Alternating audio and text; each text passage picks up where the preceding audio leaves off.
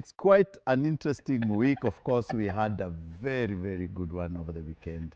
And now is the new, let's be real. Yes. I don't know, Simon, you've been away for a week. Just 1 week, bro. You have to go away. For example, I went away for a week just to make sure that I don't. Or were you going to elect the Pope? No, no, I was not going to elect the Pope. I wish. I'm not that holy. I'm not that holy, but I also was not even at that crowd that was throwing shoes. I was not doing that. I was not there. But I was out there just trying to find my way so I don't become frustrated like that guy who threw the shoe. I don't want to become that frustrated. But yes, I'm Simon, and I'm glad to be back this week.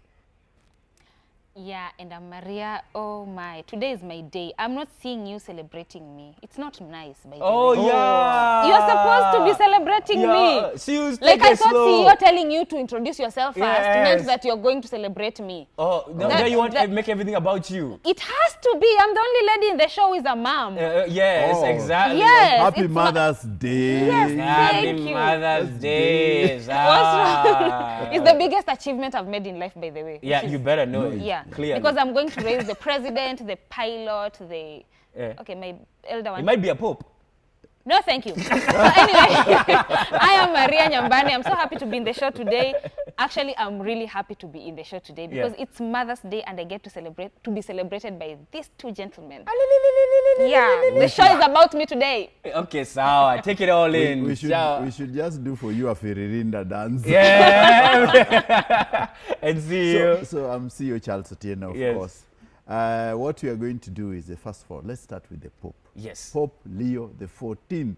He has been in. He has been selected. What is your thought? The white smoke has risen. And then all of a sudden, now the Catholics are now screaming, hey, we have our leader and our shepherd. For me, I'm just intrigued as to how they're so fanatic about even the Pope, to the extent that it's a big deal. For example, even sometimes I look at my life, I'm like, what significance is the Pope in my life? Me, I'm just like, meh. And that's a lot of people out there. But then now, he leads over 1.something billion people. Yes. So that is something that also worth recognizing, because there's a big breaking news that everybody went there. People were even crying. People were even happy. But I am glad even for all the Catholics. Now you saw that indeed now you have an American as Pope now. Yeah, Pope Leo the 14th. This is going to be interesting to see what kind of guidance that he will give. I like the fact that they chose, he's 69 years old, right? So now this is young on Pope years. Oh, this is young. Yeah, this is very young in Pope years. Even young. he was only like 2 years as a cardinal, by the way. Yeah. But now here's the thing. I think they chose a young Pope because they've been seeing the rate in which popes are coming in and out. And they do not want that repetition, that lack of inconsistency. You see John Paul, the one who lasted the longest time. Yes. They want someone who can actually even live long. I think, being honest, this American Pope was chosen solely by the fact he's not that close to death. That is the truth. But they don't always. That is the truth. No, but let's not dismiss the fact that he's cute, though. How did you see that? He's cute. I saw the pictures. What's wrong with it? You're calling a grown man who's 69 cute. He's cute. He looks amazing. Better than the popes I've seen before. What's wrong with you? so can we try and be positive on that? Yes. Cute Pope? Yes. Don't call him the cute Pope. Yes, he's a cute Pope. Go ahead. However, I love the fact that he's American. I'm not happy about the fact that he's not African, but he came to Kenya in February, so Kenya we should be celebrating. Yeah, we should be celebrating because at least he's visited our country. That's a good thing. And I don't think he knew he was going to be the Pope before he left Kenya, because we would have held on to that fact as Kenyans. I'm so glad that Catholics are happy, because people like me would be like, yeah, the Pope is here. I only hear the Pope when the news says the Pope is dead. I've not heard the stories about the Pope as much. It's true, is it when he's dead? It's true, or Easter. Yeah. Like, we don't hear the stories about him so much. So if we had the stories about him so much, like you're saying, it doesn't have a significance. It would have had a significance if you had the stories so much. Yeah. Yes, I don't know the benefits to which he comes with, but I'm congratulating every Catholic out there with all their joy and happiness. Finally, you have a young, cute Pope who is American. Kudos. What I think is that it is interesting that they decided to settle on the first order of St. Augustine, because the other Pope was a Jesuit, and his entry is what will be very interesting. Remember, the church is at crossroads. Catholic Church, as we speak today, is at crossroads, and it needs to sort itself and agree and deal with that white small box which is handed over to him, which has issues of child abuse, Yes. which has sexual abuse, which has other issues on impropriety in church, Of course. and the properties. Catholic Church is the biggest owner of real estate in the world. The biggest In the world. in the world. Catholic Church is the owner of Vatican Bank, which lends money to the world, Vatican Bank, which lends money to the World Bank and IMF. So we are in debt even to them. Yes, because remember, Yeah, the and problem- that's That's why why it's CFM. the world has to, that's when you're asking about that, people who are very happy is because the financial capability of Vatican Bank, which lends to the World Bank, is so huge. So it's And in the free world, and I wouldn't go there, We'll go, and the free yes, things, yeah, we understand. Yeah. And we understand he's the leader of it, the power structure that the is. power structure. And that's important. But then, so it's a power thing. Even when it comes to that's what even I wanted, we had a discussion about was, you see how he was voted. I like the fact that they got over with very fast. Remember the last one took a couple of weeks, by the way. Yes. Took about 2 weeks. Because they wanted a conservative pope. Yeah. Now they got a lukewarm, maybe some Yes, a big he's, balance middle, between. he's a guy who can maintain the church traditions. Yeah. And it's still even at And least still- add to some dynamics. yeah. He's young enough. Yeah. 69, he's cute. So now but then now the other thing, even what you mentioned even about the Pope was that when it comes to the power dynamics and the whole structure of it all is the voting, their interests, of course, there that are always aired out. Hence, that's why there's a black smoke initially. Yes. Because some interests were not Yes, catered aligned. to. Yes. Of course. So that means there was some negotiations done. That's the time they campaign. They are inside the Yes, cabinets. exactly. No, that's where they are campaigning. Yes. Exactly. And if you don't meet their standards, there is a black smoke. Yes, of course. Now, that when they got the white It's smoke, about they, the no, interests. two-thirds. Yeah. You get 2/3. Yes, now So 2/3 you votes. have to win 2/3 of the people. Exactly. Yes, of the cardinals. Of the cardinals. Those Yes. those 112 people? 112 cardinals. 112 people. So you have. So this Leo had to convince 112 people. Yes. He did it. And they come from different orders. Yes. But, Okay. but the biggest question is, Yeah. and I want to marry the Pope issue and the Kenyan situation. What's going on? The economic survey indicates that 35% of Kenyans, young people, are jobless. I think I was reading at the Kenya Poverty Report last week, actually this week as well, and it shows that Kenyan Poverty Report, what we call the overall poverty, is around 47%. That is people who are, we call it hardcore poverty. Hardcore, that's the first time I read hardcore poverty. So I didn't understand that there is levels of even poverty. Wow. So now this joblessness is at 5% according to the economic survey.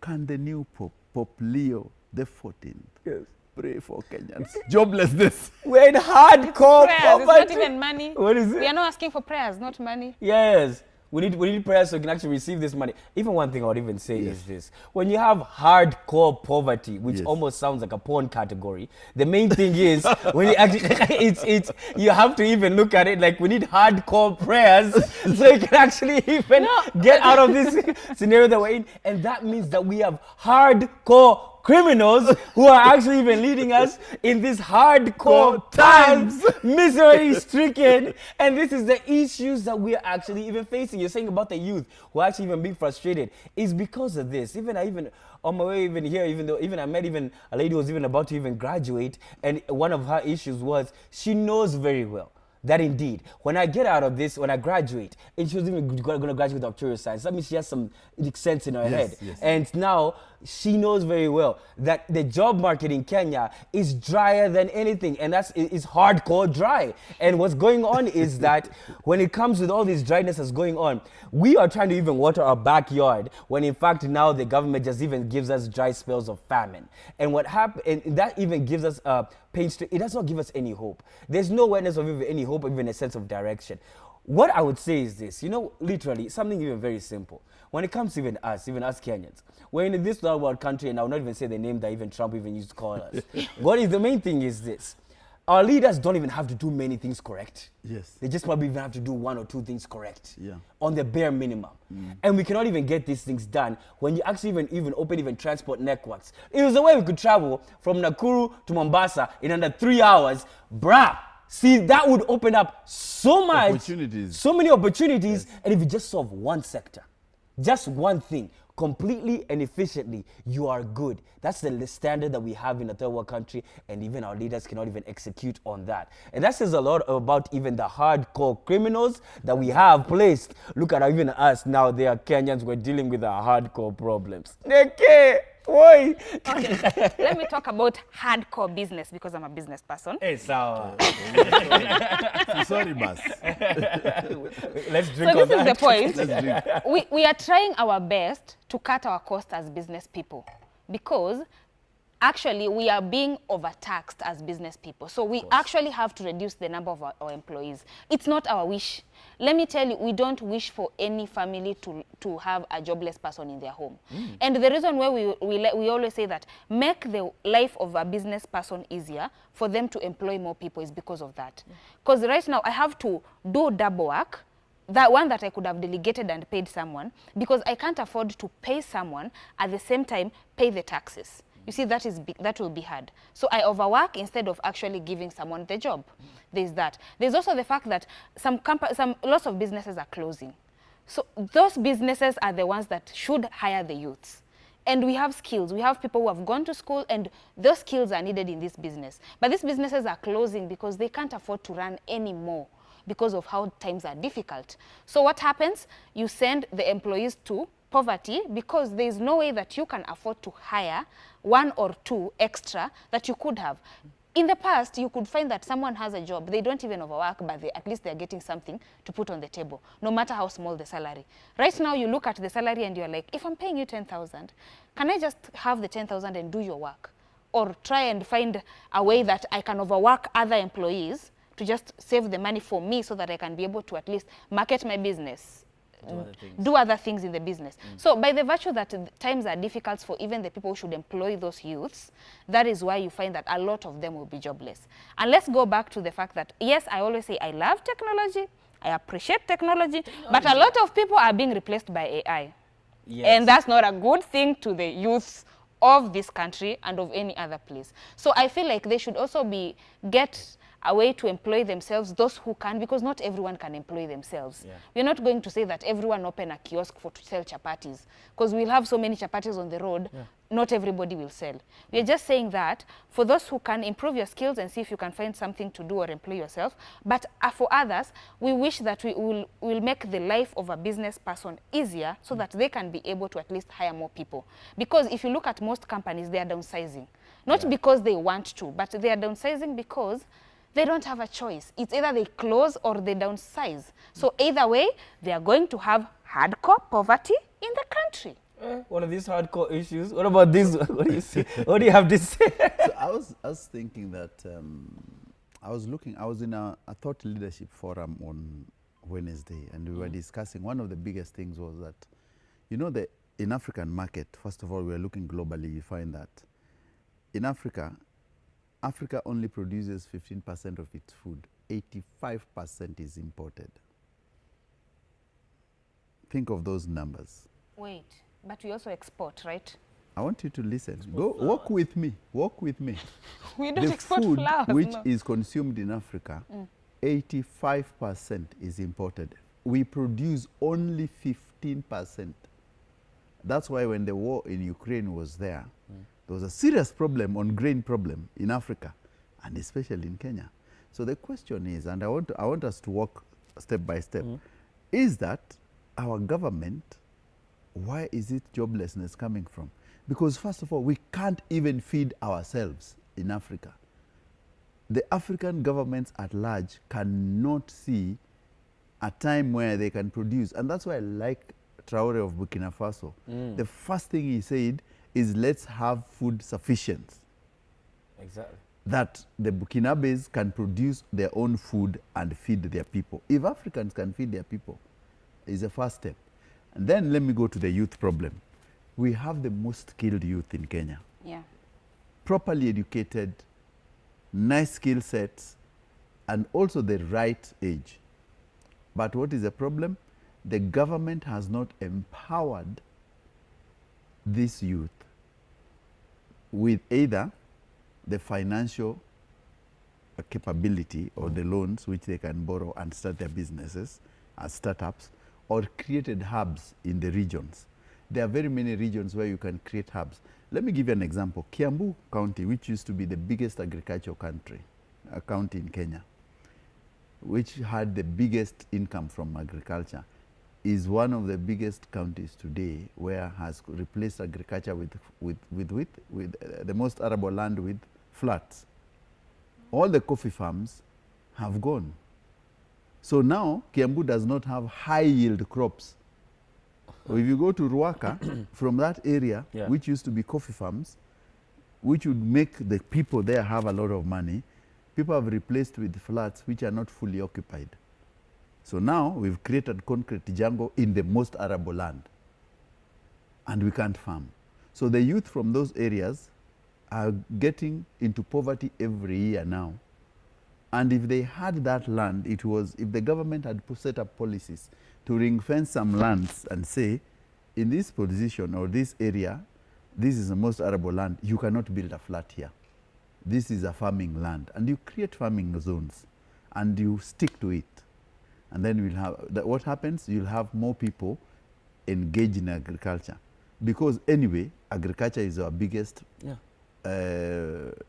export in the world, in Kenya. Why are we exporting what we don't have to eat?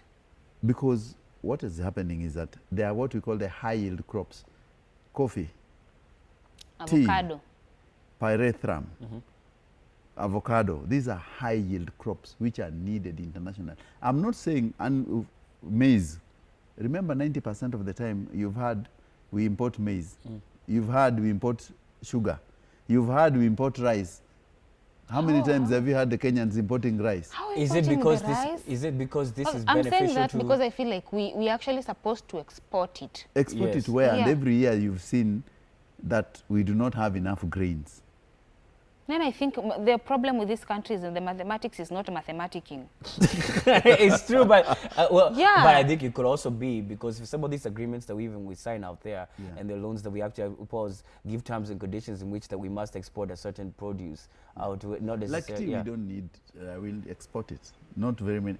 The first of all, let's say the tea we produce here is export quality, isn't it? Yeah. We can't consume it fully.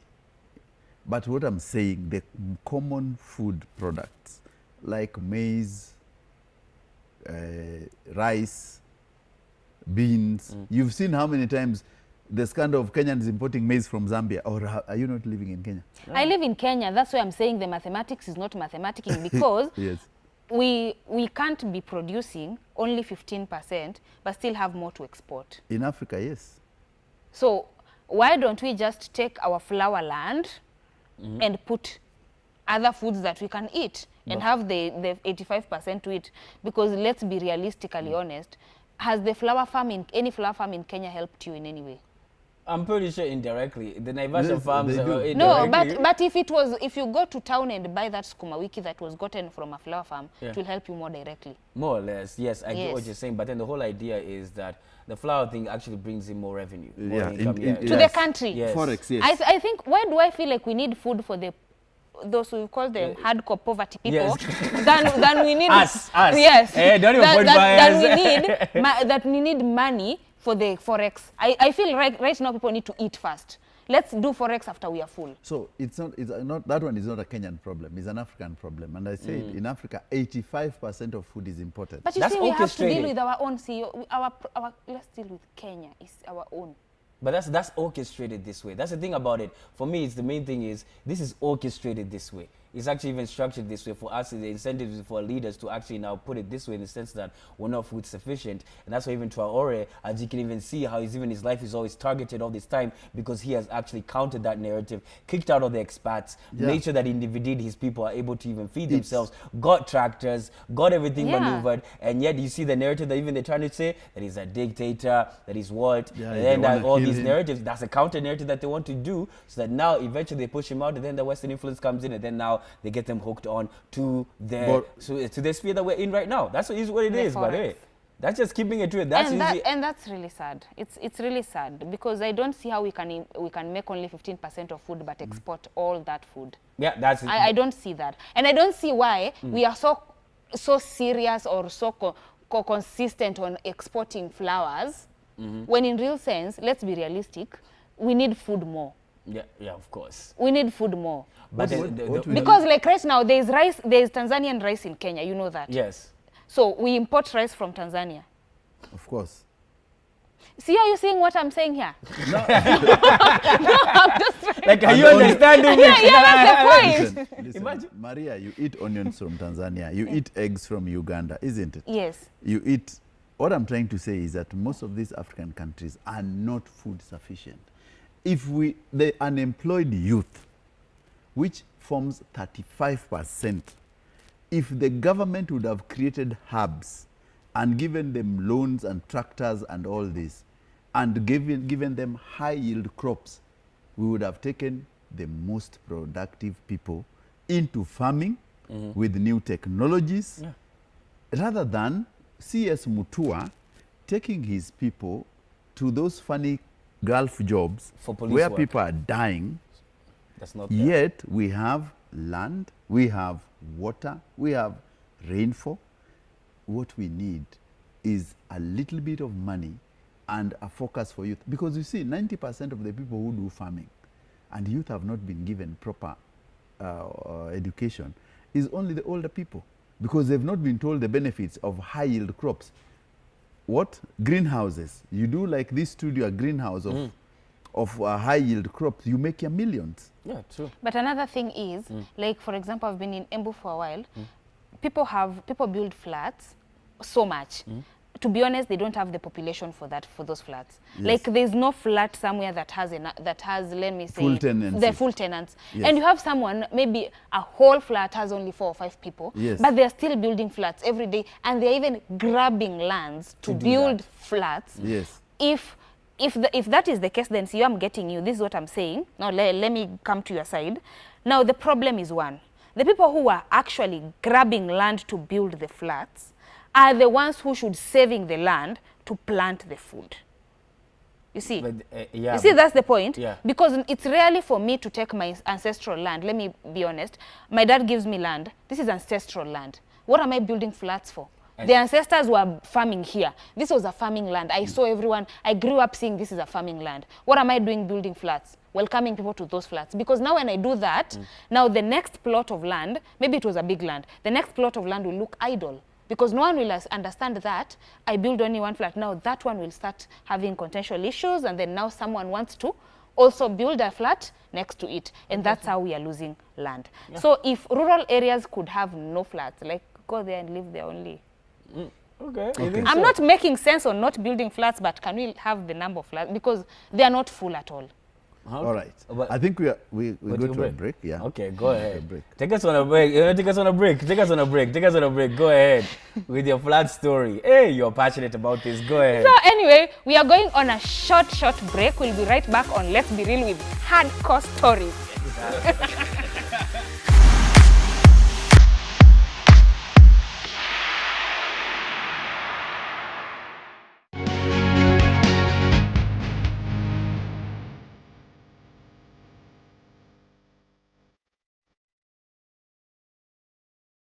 Welcome back. Of course, the first bit we talked about the Papa. Not Francis, Papa Leo. Yes, the 14th. The 14th. Exactly. But you know, there's something I always remember about the other Pope. Huh? The most dangerous Pope in history, post-Formasus. That's a story for another day. Maria, give us your story of Mother's Day. Yeah, yes. I was beginning to feel forgotten because of the Pope. Okay, fine, we remember you. Anyway, we all come from mothers.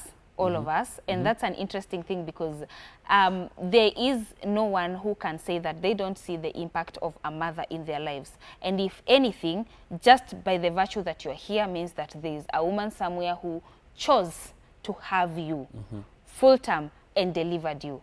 whether they did not take care of you from childhood to adulthood, or whether they did not stay longer, but you at least had someone who chose to give you life. And that's why we celebrate moms. Another thing about moms that I would like to honor today is moms have gotten to a point whereby now they can do everything without any fuss. Like, we can work, we can raise families, we can actually have things we call our own, and also be important people in the society without having the push and pull. But another thing that I would like to say about this Mother's Day that is very important, the healthcare system is still wanting on the maternal health, from childbirth to mortality rate of the children or the mother, and also the fact that even today, years later, we still have to ask for help instead of getting it without even asking for help. And I'm talking that because you're men. That is because you're giving us a side eye.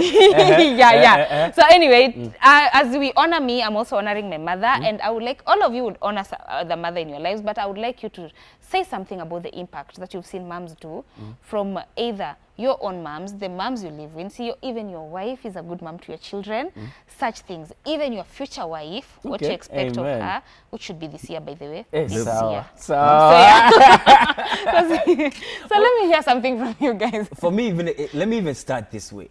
You know, I want to point out something that's very important even about mothers, is that one, I personally do not think that everyone should be a mother. Just because you're a girl does not mean that you should be a mom. Because some of you girls are not even ready, even sharp enough to even be a mom. There's some moral codes that even you should have about being a mom. Just because you have a uterus and you can reproduce does not mean that you should actually be a mother in the first place. And just because you can does not mean that you should. So sometimes you should probably even keep those legs closed. The other thing is also this. When it actually even comes even being a mom, that means it requires a certain character and a certain diligence and a certain patience that some of y'all don't even have.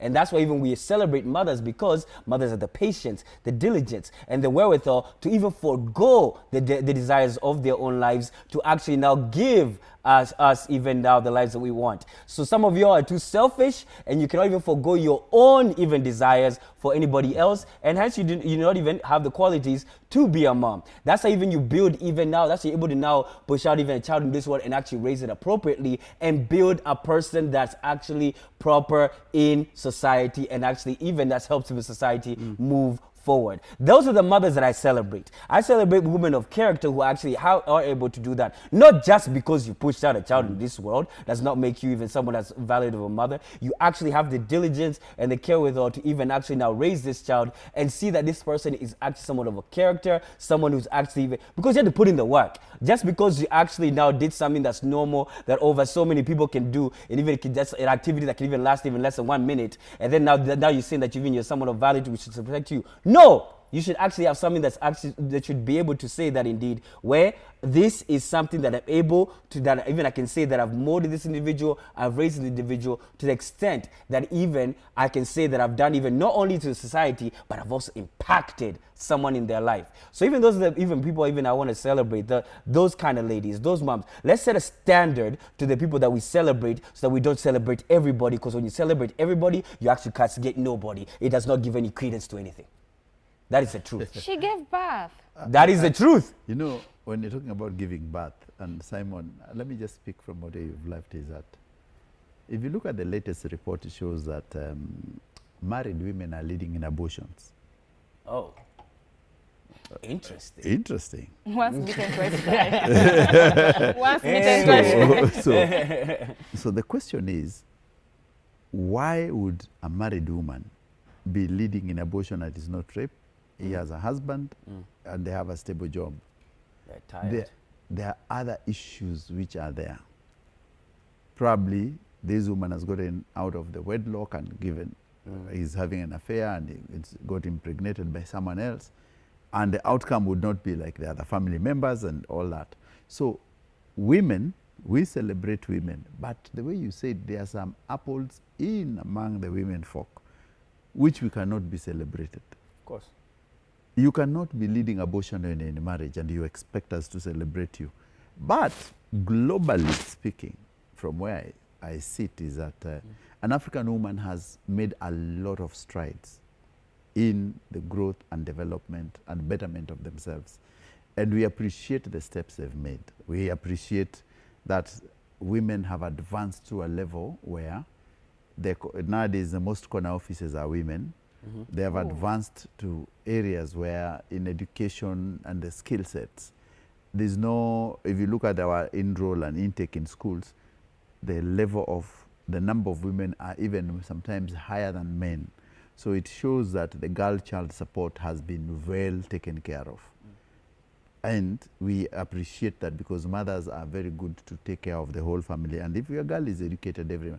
And that's why nowadays you don't see, apart from some areas like in Kilifi, where we have a lot of teen pregnancies, and in the ghettos, where we have a lot of Madare, and some areas where you find a lot of teen pregnancies. Did you hear last week a 17-year-old boy impregnated a 19-year-old girl? Yeah, I heard that. And the 17-year-old boy killed the mother of the 19-year-old girl and injured. I will say something on that. Injured. So if we do not have people who are educated, these things are bound to happen. You know what is happening is this. In as much as we are celebrating mothers, and okay, guys, for those who are watching, don't get me wrong. I'm just trying to prove a point here. They already got you wrong. Yes. In as much as we are celebrating moms, let's not also forget the repercussions of everything that has been happening. True. Our moms were constantly 100% present. So they will spot some characters they had to correct. Currently, our children cannot eat without gadgets on their hands because we don't even have the communication. For you to get the corner office, you've done so much in your career for you to climb that ladder, but at the sacrifice of raising your own children. So in as much as mothers have made the strides, and it's a good thing, if they don't balance and know that I still am responsible for this child, and that's what you're saying. Some people are actually leading in abortion because they're like, promotion is around this time, and around that time I'll be on maternity leave. So you weigh the options. And the easiest thing to sacrifice is the status. So the status is not the easiest thing to sacrifice. So they hold up the status and they go that route. As much as they are making it out there and they are doing well, the sacrifice they have to make for that sometimes is a rotten society. Sometimes it's a generation of kids with mental health situation. And sometimes it's a generation of children who've been raised by 29s by the time they are 5. So there is also some repercussions towards a woman climbing up the ladder. So in as much as we are celebrating them, I would wish there would be a way that they would balance, and if they balance, it's not going to be the same thing. The reason why we were not getting the corner office is because we were not working as hard. But right now, we have these people who are actually depending on us and at the same time working as hard. And by the virtue that in this country we get nannies at an affordable rate. You know, in other countries it's yes. Because in this country nannies is at an affordable rate. Even a stay-at-home mom would hire a nanny. And that's the bad thing. Okay, this negative side effect of moms actually improving in life. I'm not saying it's wrong, but without balance, it's actually wrong in the society. I actually am against balance. You should not seek to be a work-life balance. I don't think you should seek a work-life balance. You need to make a choice. You should have stages in which you zone in. For example, yes, stages in which you zone in. You don't in my 20s, I'm just having babies. Next, in my 30s, I'm just having jobs. Exactly. Stages in which you zone in. Don't seek a work-life balance. You should zone in. You should have a stage in which now, this is a zoning period in which the next 5 years, I'm actually zoning in purely if men were 1% supportive, I will not be telling you, buy me diapers, and you are saying, wewe kazi yako ni kuomba pesa. No. If you are 1% supportive, like you just give me money and tell me, look good, parent for 5 years, just let's have babies back to back. Let me tell you, every woman will pick that option. The reason why we don't pick that option is because I just don't want to repeat to you that I've eaten sukuma wiki for 3 days. You should have eyes. I don't want to tell you that my kid needs to look a certain way. You should know that my fashion sense is better than yours. Okay. If I tell you I need 20,000 shillings to go shopping for my child's clothes, it shouldn't be a problem to you. It should. If men were 1%, not even 1%. 50%, 1% supportive, I would stay at home and parent. You don't necessarily need mental support. What you need is this. For example, what I'm saying is this. When it's even the balance was, yes, you have kids at home. Comes a time where you need to zone in on the kids. Then there comes a time where even the kids are a little bit more independent, and hence you zone out. Yeah. And then they zone out. Literally, that's what happens. There's stages in life where not everything is a priority in the same extent. And usually now, it's not necessarily a balancing, it's knowing what to prioritize. Because they say balancing means that everything is a priority. No. Not everything is a priority at the same time. Some things are not. For example, like me taking care of even recognizing about my fashion, I don't care about that right now. I'm focusing, making sure that we get some money on this thing. And then now the fact that even when you're asking about support is the comparison. For example, when you need support from someone else, you also have to make sure that indeed the person that you're asking support from is compelled to do so even in the relationship, because we're talking about in the context of a relationship, not in the context of a foundation here. With the context of a relationship. But that's the point, that's the Simon. truth. See you? I just wanted to tell Maria that women are very, very nice. Very. What are you about to say? What are you about to say? What are you about to say? Nice. Complicated creatures. Women, you see that one you're saying 1%. There are women who are not even given even 20,000. You're saying they're given $1 million. But they're not satisfied. Why are they not staying home to parent? Women, if you buy her, and men out there will tell you, if you buy your wife a nice car, the next time she'll think that you should buy her a chopper. Yeah. If you buy her a chopper, she'll think that that yacht in Mombasa would be a better idea. He'll tell you, other men are buying their wives islands. Why are you not buying me an island? Because I'm pushing and you to be the best. if you have never seen, then go and read the story of Lord Egerton, who built a castle to a woman. Yeah. Or go and read. No, that woman was evil. Not even that. I can give you 10 evil. examples. You see, that woman was evil. Why do you say she was evil? Why do you say she was evil? How can I build you a castle and then you say even your dogs cannot live there? You see what you're saying? Yes, there's a lady who's saying right now, how can I give you 20,000 shillings and you're there's a lady, no, there's a lady who's saying the same thing. There's a lady who's saying the same thing. Let me tell you something. The reason why you will buy me a car, I'll tell you buy me a chopper, it's because I don't want to see you on the same level. This is me trying to elevate you. Okay, I've bought you a chopper. Women are supposed to multiply. So if you buy me a Prado today, let's multiply to a chopper. You see, I'm helping you grow. What I'm doing is for the benefit of you, not me. You seeing me owning that chopper that you've bought for me makes you proud. It's nice that you've become a motivational speaker. Yes. But now here's the thing.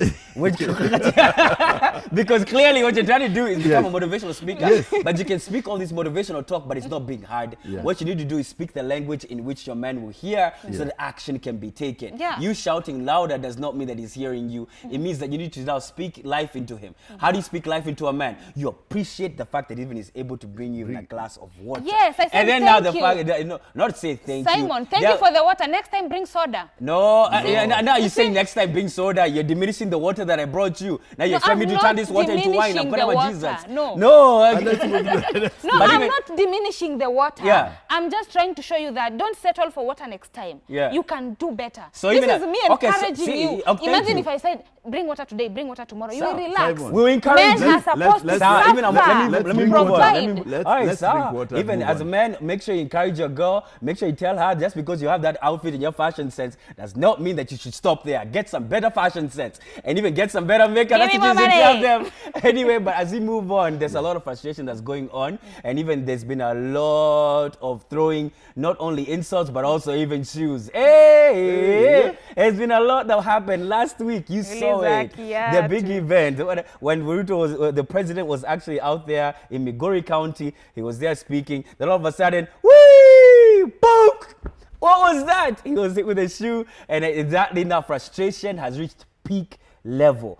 Kenyans are actually even frustrated, and it's a real thing that's happening right now. Even one thing I would say about this is this. When it comes to now, this has come to the extent that even Kenyans are even throwing even things towards even the president.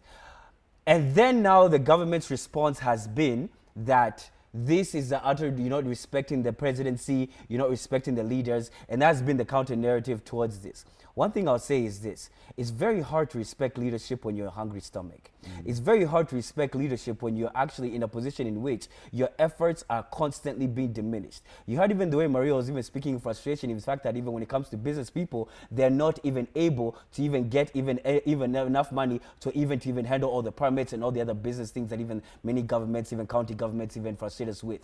How are you expecting any form of respect when you are the leader who cannot even give respect to the people that actually even you're leading? Leaders are supposed to, first of all, respect the people that actually are leading them before they demand any form of respect from the people that they are leading. We'll repeat that again, is that leaders are supposed to actually respect with action the people that they are actually leading before they demand any form of respect from those people, because that is how you actually even know what true leadership is about, and that's actually, you know, that leaders actually have any form of content within themselves. So if you yourself, now you have just been reduced down to the level that indeed that we are frustrated to the extent that we want to throw things at you, and even things that we want to, even at times you're afraid to go to different sections because indeed you know you receive hostility. What does that say about you and your leadership? What does that say the things that you're prioritizing? What are you prioritizing based on what's needed by the people that you are indeed leading? Listen, do not be out here castigating and pointing the finger and giving a moral compass telling people that you respect you. Respect Nini.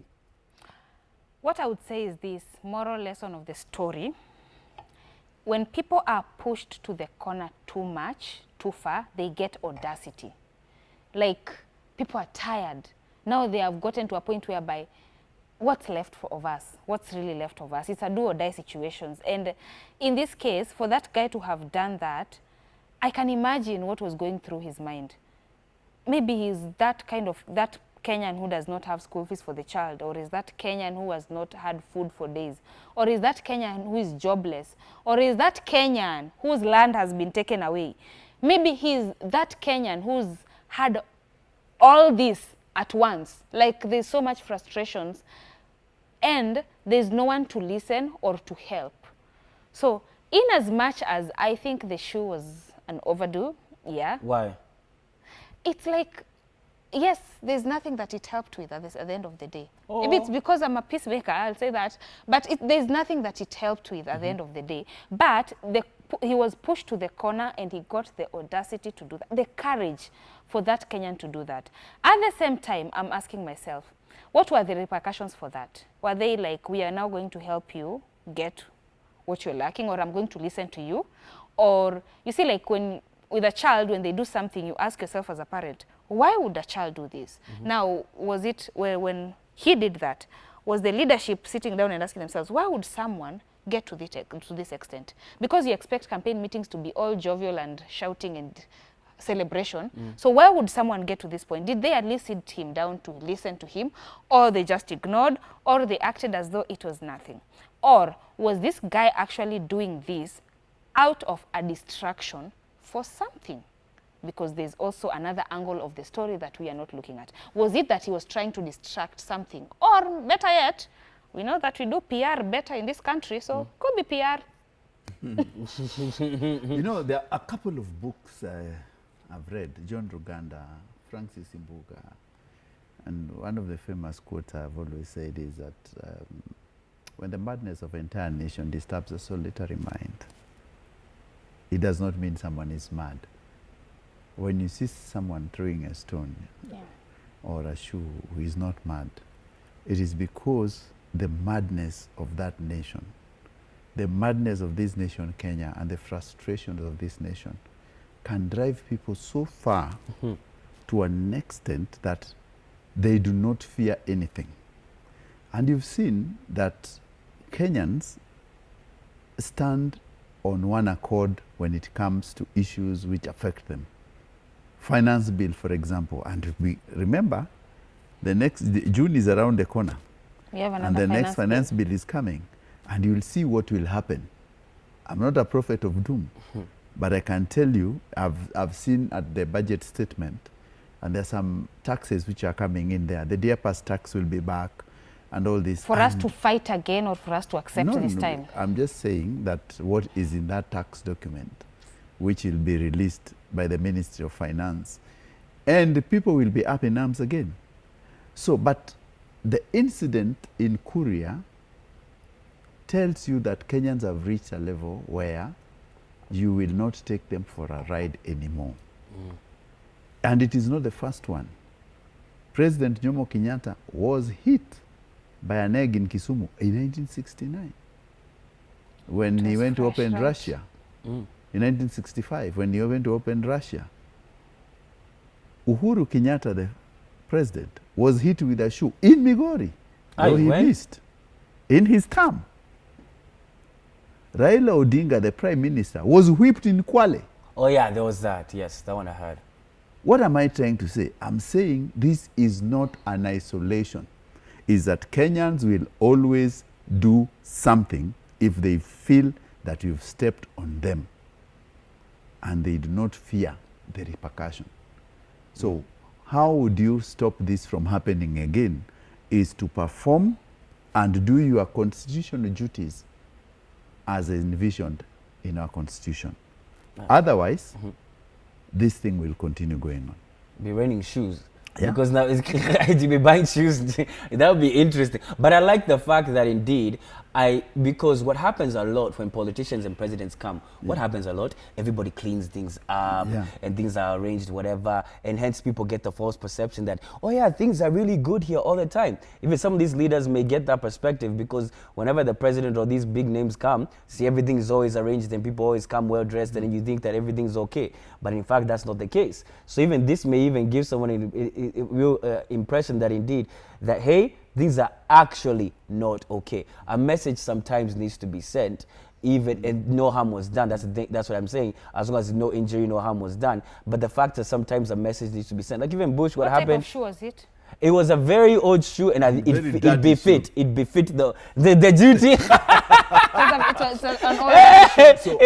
befit the corruption going on in the government. It was actually matching the whole idea. It was an old shoe. Seriously, and it shouldn't be that. But that's a nice thing. What type of shoe was that? I'll even buy a pair because. Yeah, dude, exactly. That shoe had walked 1,000 miles. That is the truth, by the way. But it's important that actually, I don't have anything against this, but I would not want this to become a trend. Of course, let's not constantly be throwing things to our leaders. And we do not want people to throw things to our leaders. Yes, exactly. But we are saying the leaders must also style up. Not throw lies to us, yes. Shape the situation and look at the way what the Kenyans want. You cannot be doing many other things which... And stop lying anyway, for heaven's sake. We are adults. We are adults. Wacha kutudanganya sana. Hakuna mtu atakuchapa ukisema ukweli. But you lie all the time. Not even you know you lie sometimes. How do I lie to you, Simon? I've Look never at lied. this. You see that face? You see that face? Where? And how do I lie to you, Simon? I lie to you?